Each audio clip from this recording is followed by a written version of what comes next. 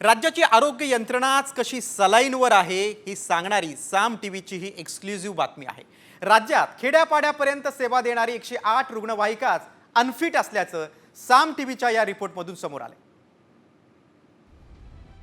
राज्याची आरोग्य यंत्रणाच कशी सलाईनवर असल्याचा साम टीव्हीने पर्दाफाश केलाय।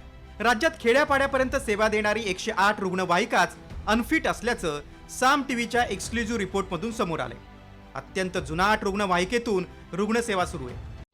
कॉमस्कोर नुसार आता isakal.com आहे देशातील नंबर 1 ची मराठी न्यूज वेबसाईट। प्रत्येक अपडेटसाठी isakal.com ला नक्की भेट द्या।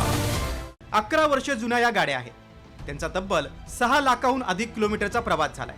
जुन्या रुग्णवाहिका अनफिट तर नवीन रुग्णवाहिकांची खरेदीच होत नाहीये। निविदा तयार आहे, मात्र निधी अभावी ही खरेदी थांबली।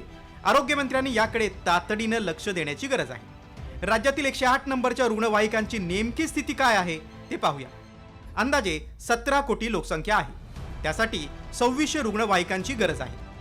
मात्र राज्यात सध्या केवळ 937 रुग्णवाहिका आहेत। रुग्णवाहिकांचा कालावधी 11 वर्षांचा आहे, तर 1756 रुग्णवाहिकांची मागणी आहे। त्यामुळे आरोग्यमंत्र्यांनी याकडे तातडीने लक्ष देण्याची गरज आहे।